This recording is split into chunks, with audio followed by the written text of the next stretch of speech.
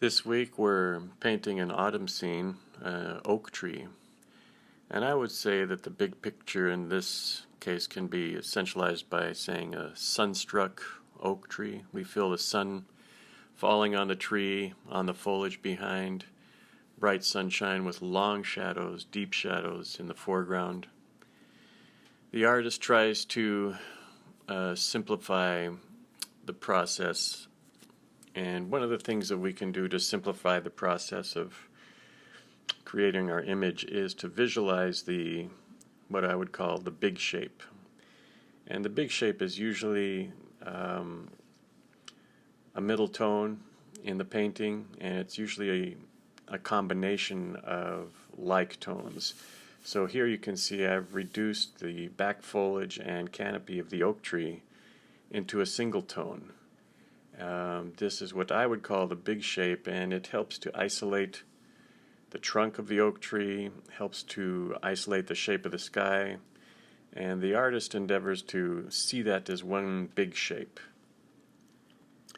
This is after adding a secondary tone to actually complicate that big shape, but in the beginning, when you're looking at the scene, we squint our eyes and we try to join like tones or like shapes and see our initial composition as one big shape, or see a big part of the composition as one shape.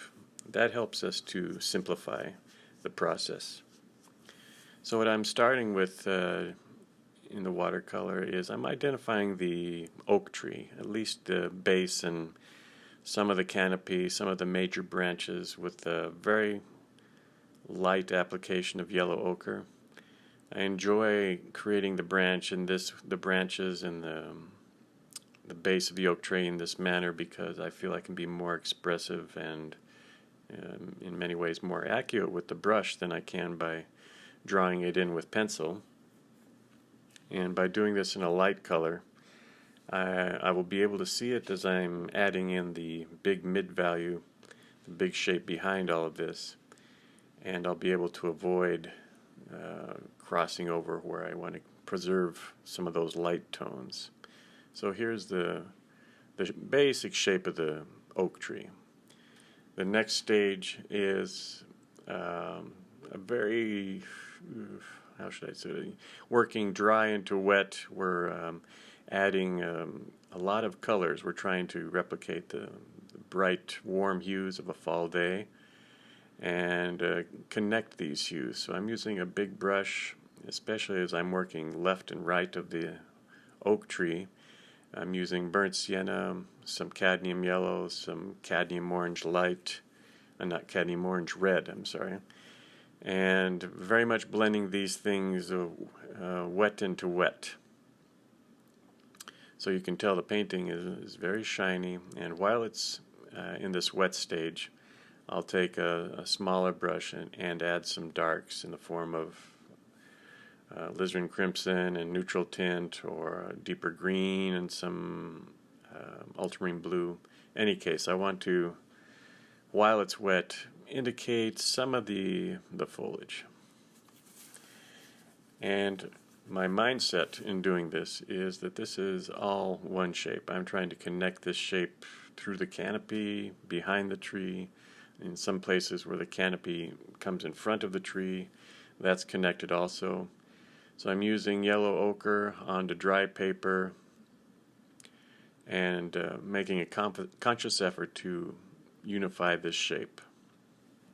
The shape being the background and the canopy of the tree.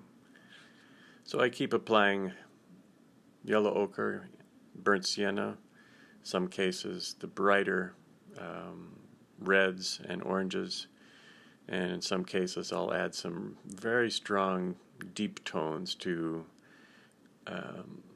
number one, indicate shadows of the various foliage, and number two, to really highlight this oak tree, to make it stand out. Here's some of that neutral tint applied while the orange and red is still wet, and you can tell the limbs of the oak tree are really starting to come out. And I continue in this manner all the way across the painting until I've really accomplished not any real details, but at least the major body of these warm hues of the autumn foliage. Done nothing in the sky, nothing in the foreground to this point, all working on that big shape. And it's made of many colors and even some various values, but there is an integration of these components to make it into one shape, one interesting shape.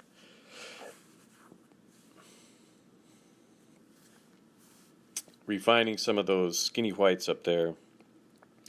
At this point, I decided to add some cast shadows onto my oak tree to show that the branches are indeed round and that there's foliage above that's casting shadows, also to liven up the light shape of the oak tree, which until this point has been very flat.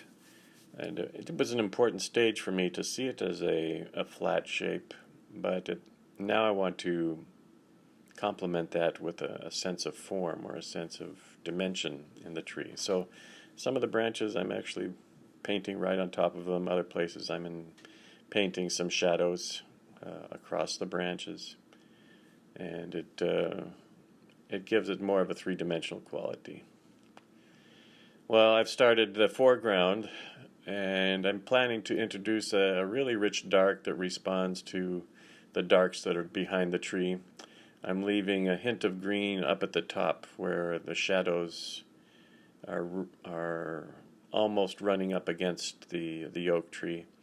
And this dark is made up of ultramarine blue and a little bit of neutral tint, and it's designed to cooperate with the dark that's behind the tree. I hope you can feel a connection between the two, at least tonally.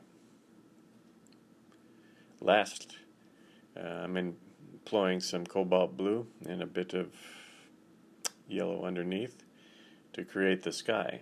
This is a little variation from the sequence which we usually do, and the reason for doing it this way is I feel I can keep the foliage of the oak tree brighter, warmer by adding the sky later.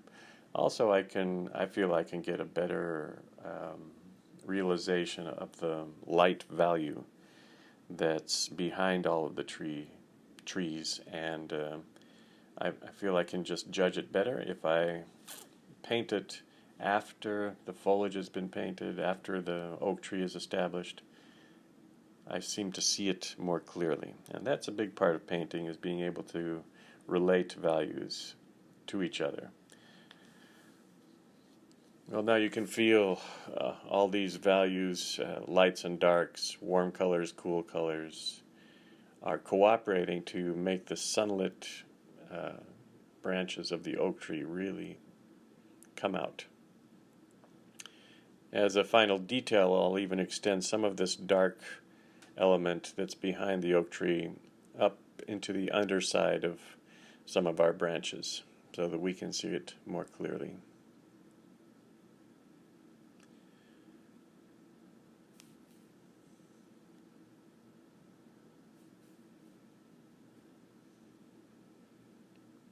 The paper's dried now, so I can put on some of the final dark branches.